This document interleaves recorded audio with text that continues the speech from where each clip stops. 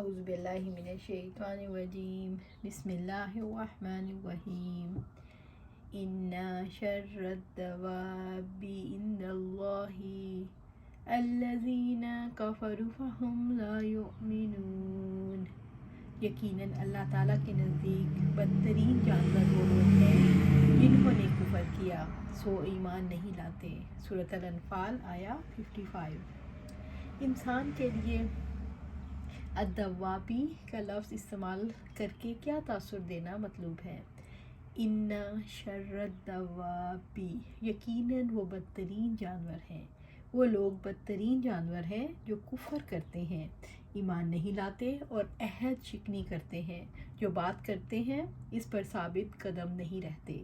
عند اللہ، اللہ تعالیٰ کے نزدیک سب جانوروں سے برے ہیں، کیونکہ ان کے اندر خیر جو نہیں۔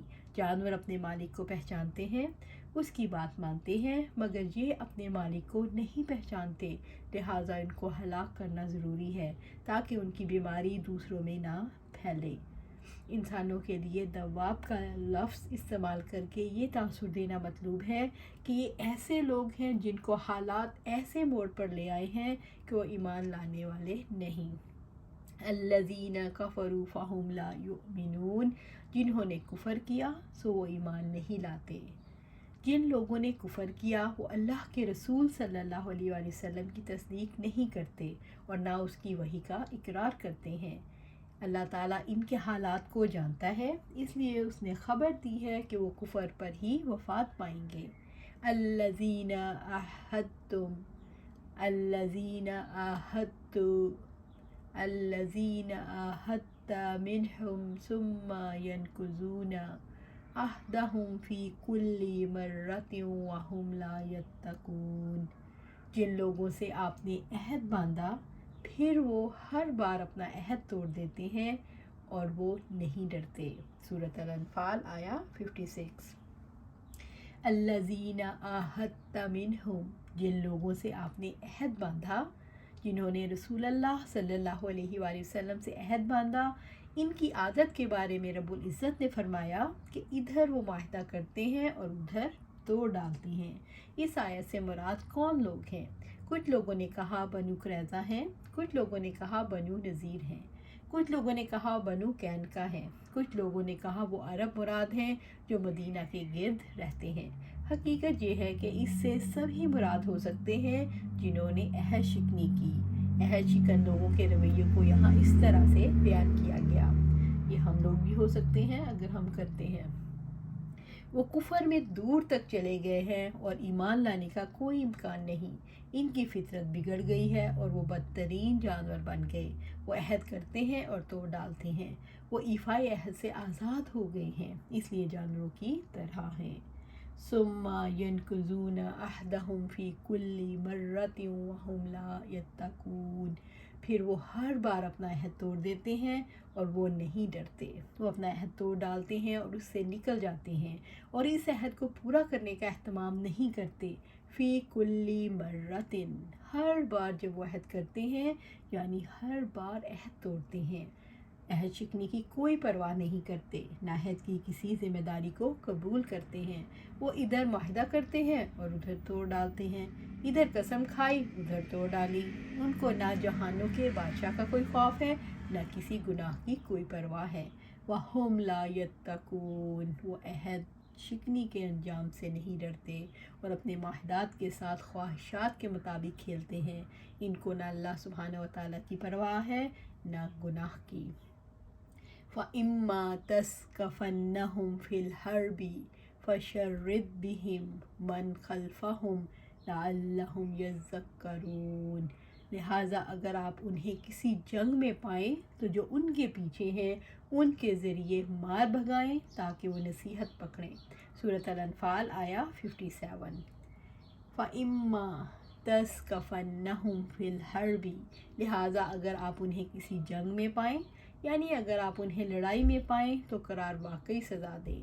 فَشَرِّدْ بِهِمْ مَنْ خَلْفَهُمْ، تو جو ان کے پیچھے ہیں ان کے ذریعے مار بھگائیں، ان کے ذریعے سے دوسروں کو سبق سکھائیں، انہیں ایسی سزا دیں کہ لوگوں پر آپ کی دھاک بیٹھ جائے۔ ان کا خون بہائیں، لوگ آپ سے ڈرنے لگ جائیں، لعلہم یذکرون، تاکہ وہ نصیحت پکڑیں، تاکہ بعد میں آنے والے نصیحت حاصل کریں، تاکہ بعد والے خوف کھائیں کہ کہیں ان پر بھی وہی عذاب نازل نہ ہو جائے جو ان پر نازل ہوا، تاکہ وہ آگے چل کر عہد شکنی نہ کریں۔ یہ سزاؤں اور حدود کے فوائد ہیں۔ سزائیں نافذ ہوتی ہیں تو گناہ نہ کرنے والوں کے لیے عبرت بن جاتی ہیں، اور جو گناہ کرتے ہیں وہ ادا کرنے سے خوف کھاتے ہیں۔ دین کے لیے ہیبت، قوت، خوفناک شان اور رعب ضروری ہے۔ دین کے لیے سرکش قوتوں کا مرعوب ہونا ضروری ہے تاکہ اسلام کے پھیلاؤ میں رکاوٹ نہ بنے۔ بد عہدوں کے لیے اتنی خوفناک گرفت اور ہولناک رعب و دبدبہ کی تصویر کشی کیوں کی گئی؟ بد عہدوں سے کوئی مطمئن نہیں اور کوئی محفوظ نہیں۔ ان کی سزا ہے کہ انہیں بھی امن اور اطمینان سے محروم کر دیا جائے، انہیں خوف زدہ کیا جائے، علاقے سے نکال دیا جائے، ہاتھ توڑ دیے جائیں تاکہ لوگوں کے لیے عبرت بن جائیں۔ ایسی خوفناک تصویر کشی کا مقصد یہ بھی ہے کہ یہ سنتے ہی وہ بھاگنے اور اپنا مقام چھوڑنے کے لیے آمادہ ہو جائیں۔ یہ ہدایت اس لیے دی گئی تاکہ امن قائم ہو جائے اور انسانوں کو اطمینان حاصل ہو جائے۔ اسلام کا پھیلاؤ کیوں ضروری ہے؟ انسانی آزادی کے لیے اسلام کا پھیلاؤ بہت ضروری ہے۔ وَإِمَّا تَخَافَنَّ مِن قَوْمٍ خِيَانَةً فَأَنبِذْ إِلَيْهِمْ عَلَىٰ سَوَاءٍ إِنَّ اللَّهَ لَا يُحِبُّ الْخَائِنِينَ۔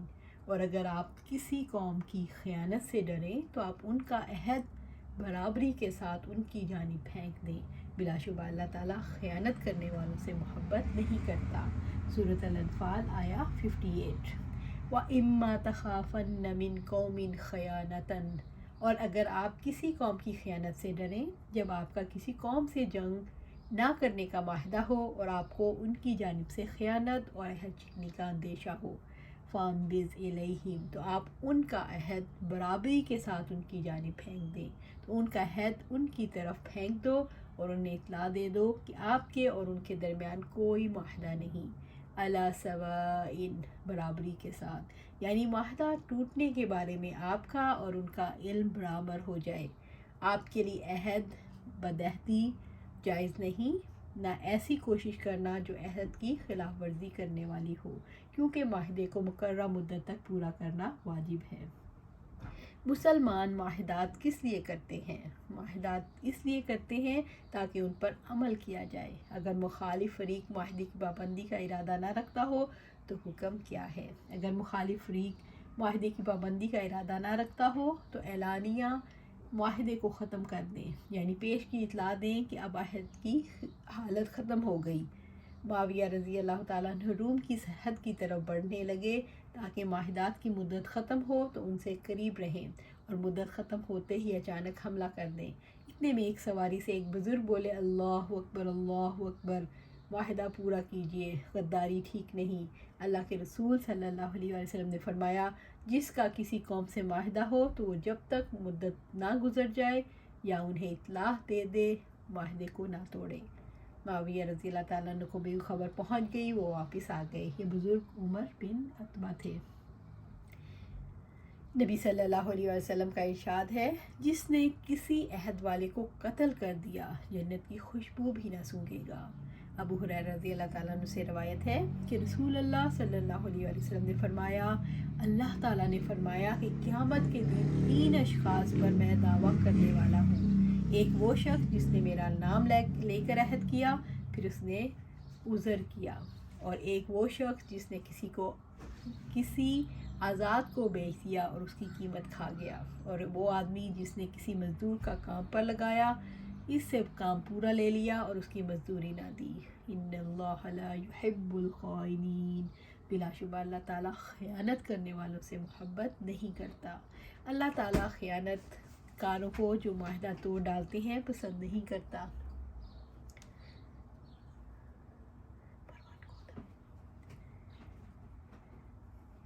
اگرچہ کافروں کے ساتھ ہی معاہدہ توڑا جائے۔ اسلام کا خیانت کے بارے میں کیا موقف ہے؟ اسلام خیانت کے سخت خلاف ہے۔ اعلیٰ مقاصد کے لیے بھی اپنے پیروکاروں کو عہد میں خیانت کی اجازت نہیں دیتا۔ وَلَا يَحْسَبَنَّ الَّذِينَ كَفَرُوا سَبَقُوا، انہم لا یعجزون، اور جن لوگوں نے کفر کیا یہ نہ سمجھے کہ وہ بچ نکلے، یقیناً وہ عاجز نہیں کریں گے۔ سورۃ الانفال آیا 59۔ وَلَا يَحْسَبَنَّ الَّذِينَ كَفَرُوا سَبَقُوا، اور جن لوگوں نے کفر کیا یہ نہ سمجھیں کہ وہ بچ نکلے، اس سے مراد وہ کفار قریش ہے جو بدر کی جنگ میں بھاگ نکلے۔ رب العزت نے واضح فرمایا کفر کرنے والے یہ گمان نہ کریں کہ وہ اللہ تعالیٰ سے بھاگ سکتے ہیں، اس سے سبقت لے سکتے ہیں، وہ اللہ تعالیٰ سے بازی نہیں لے سکتے، اللہ تعالیٰ ان کی گھات میں ہے۔ اللہ تعالیٰ کی آیات کو جھٹلانے والوں، کفر کرنے والوں کو اگر سزا نہ دی جا رہی، انہیں مہلت دی جا رہی ہے تو اس میں اللہ تعالیٰ کی حکمت ہے۔ رب العزت کا ارشاد ہے، یا ان لوگوں نے جو برے کام کرتے ہیں یہ گمان کیا کہ وہ ہم سے آگے نکل جائیں گے، بہت برا فیصلہ ہے جو وہ کرتے ہیں۔ سورۃ العنکبوت آیا 4۔ کافروں کو سزا دینے میں اگر جلدی نہیں کی جا رہی تو اس میں مومنوں کی آزمائش ہے کہ وہ کس حد تک اللہ تعالیٰ کی رضا کے لیے قربانی دے سکتے ہیں۔ یہ قربانیاں ہی تو رب کے قرب کا باعث بنتی ہیں جو مشکل حالات میں آزمائشوں میں دی جاتی ہیں۔ ان قربانیوں سے ہی مومن بلند درجات تک پہنچتے ہیں۔ کافروں کو مہلت دینا مومنوں کی آزمائش ہے۔ انہی آزمائشوں میں مومن اعلیٰ اخلاق کے حامل بنتے ہیں جن کے بغیر وہ اللہ تعالیٰ کی رضا اور اس کی جنت تک نہیں پہنچ سکتے۔ یقیناً کافروں کو ڈھیل دینے میں مومنوں کی آزمائش ہے، اللہ تعالیٰ کی بہت بڑی حکمت ہے۔ یا تم نے گمان کر رکھا ہے کہ تم جنت میں داخل ہو جاؤ گے، حالانکہ ابھی تم پر ان لوگوں جیسے حالات نہیں آئے جو تم سے پہلے گزر چکے۔ ان کو تنگ دستی اور تکلیف پہنچی اور وہ بری طرح ہلائے گئے، یہاں تک کہ رسول بھی اور وہ لوگ جو ان کے ساتھ ایمان لائے کہہ اٹھے اللہ تعالیٰ کی مدد کب ہوگی، سن لو یقیناً اللہ تعالیٰ کی مدد قریب ہی ہے۔ سورۃ بقرہ آیا 214۔ اسلام اچھے مقاصد کے لیے اچھے ذرائع اختیار کرنے کے لیے مسلمانوں کو کیسے قائل کرتا ہے؟ خفیہ مشورے اور بد عہدی کے منصوبے انہیں کامیاب نہیں کر سکتے۔ اللہ تعالیٰ مومنوں کی پشت پر ہے۔ خیانت کار لوگوں کو اللہ تعالیٰ جب پکڑنا چاہے وہ مقابلہ نہیں کر سکتے۔ خیانت کار لوگ اللہ تعالیٰ سے بچ کر نہیں نکل سکتے۔ اللہ تعالیٰ جب مسلمانوں کی مدد کرنا چاہے تو کافر شکست نہیں دے سکتے۔ جو لوگ اس زمین پر اللہ تعالیٰ کا کلمہ بلند کرنا چاہتے ہیں اور انسانوں کو انسان کی غلامی سے آزاد کرانا چاہتے ہیں انہیں اللہ تعالیٰ کی مدد حاصل ہے۔ انہم لا یعجزون، یقیناً وہ عاجز نہیں کریں گے۔ کافر یقیناً اللہ تعالیٰ پر بازی نہیں لے جا سکتے۔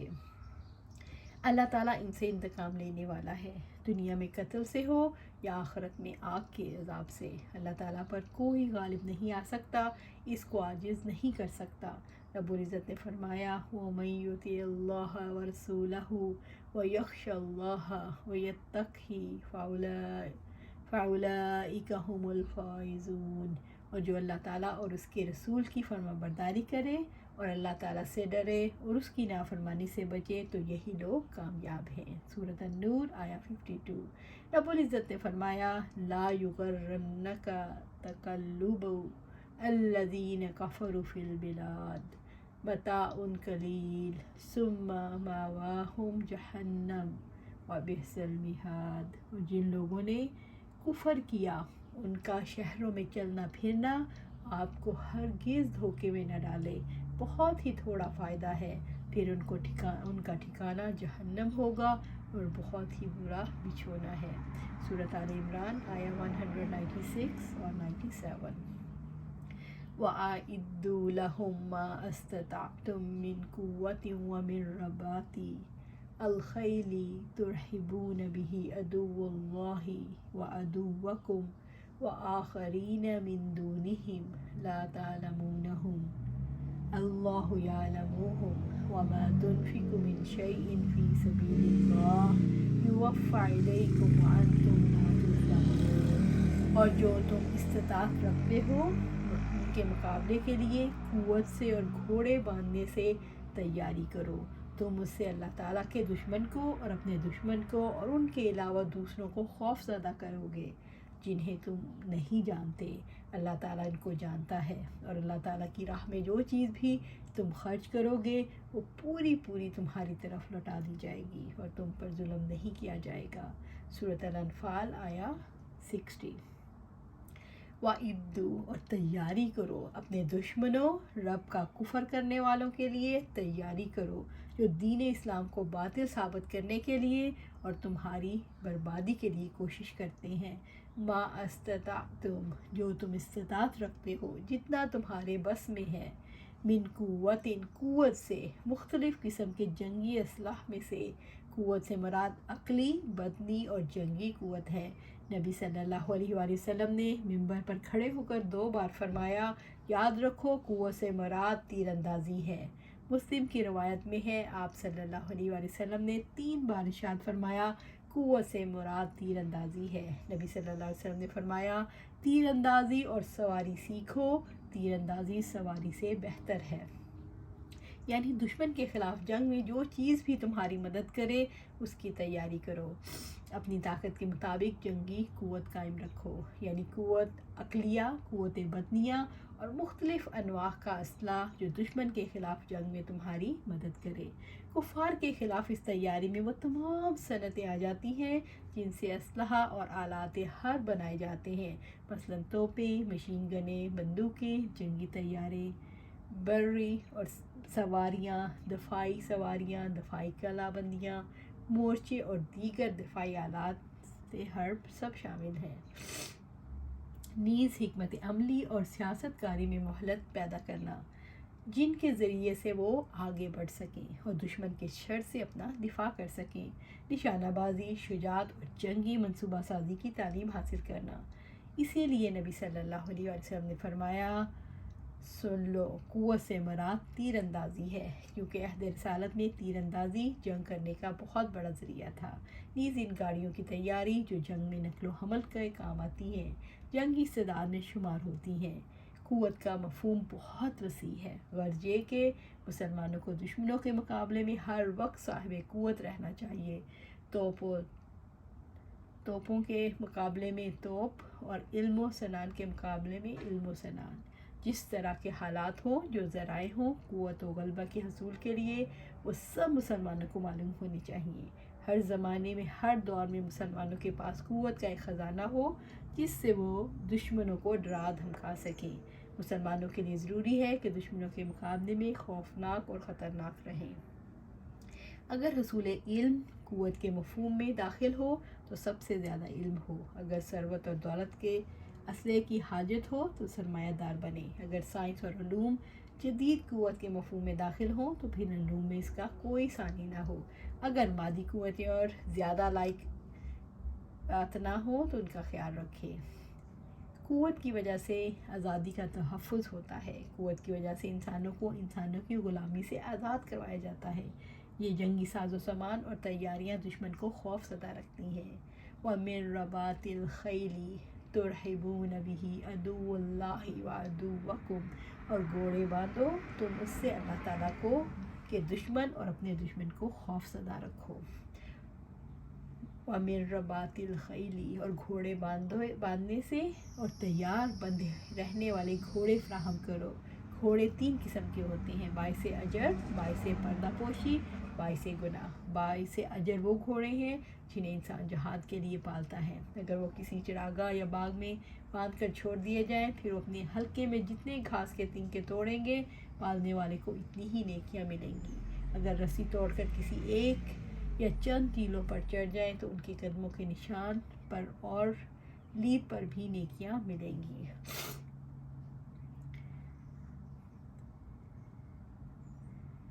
تُرْهِبُونَ بِهِ عَدُوَّ اللَّهِ وَعَدُوَّكُمْ، خوف زدہ کرو تم اس سے اللہ تعالیٰ کے دشمن کو اور اپنے دشمن کو۔ ان سے مراد تم ان دشمنوں کو ڈراؤ جنہیں تم جانتے ہو۔ وَآخَرِينَ مِن دُونِهِمْ لَا تَعْلَمُونَهُمْ، اور ان کے علاوہ دوسروں کو جنہیں تم نہیں جانتے۔ اس سے مراد کفار قریش کے بعد سوا لوگ ہیں۔ اس سے مراد منافق اور یہودی ہیں۔ اس سے مراد وہ لوگ ہیں جو مسلمانوں سے بعد میں جنگ کریں گے، جن کے بارے میں مسلمان نہیں جانتے۔ اللہ یعلمہم، اللہ تعالیٰ ان کو جانتا ہے۔ اللہ تعالیٰ جانتا ہے کہ منافقوں کے دلوں میں کتنا نفاق اور جسے وہ چھپاتے ہیں۔ ابن زید کا اس آیت کے بارے میں قول ہے کہ تم ان منافقوں کے بارے میں اس لیے نہیں جانتے کہ انہوں نے لا الہ الا اللہ کہا اور تمہارے ساتھ جہاد کیا۔ اللہ تعالیٰ جانتا ہے، اس لیے اس نے دشمنوں کے خلاف قوت فراہم کرنے اور تیار رہنے کا حکم دیا۔ وَمَا تُنْفِقُوا مِنْ شَيْءٍ فِي سَبِيلِ اللَّهِ، تم اللہ تعالیٰ کی راہ میں جو بھی خرچ کرو گے، کم یا زیادہ، یوفیٰ الیکم، وہ پوری تمہاری طرف لوٹا دی جائے گی، یعنی قیامت کے روز تمہارا حق نہیں مارا جائے گا، تمہیں پورا بدلہ دیا جائے گا، تمہارا اجر کئی گنا بڑھا کر تمہیں دیا جائے گا، حتیٰ کہ اللہ تعالیٰ کے راستے میں خرچ کرنے کے ثواب 700 گنا بلکہ اس سے بھی زیادہ بڑھا کر دیا جائے گا۔ رب العزت فرماتے ہیں، جو اپنے مال اللہ تعالیٰ کی راہ میں خرچ کرتے ہیں ان کی مثال ایک دانے جیسی ہے جو 7 خوشے اگاتا ہے اور ہر خوشے سے 100 دانے ہیں، اور اللہ تعالیٰ جس کے لیے چاہتا ہے کئی گنا بڑھاتا ہے، اور اللہ تعالیٰ بڑی وسعت والا، سب کچھ جاننے والا ہے۔ سورۃ بقرہ آیا 261۔ واللہ یضاعف لمن یشاء۔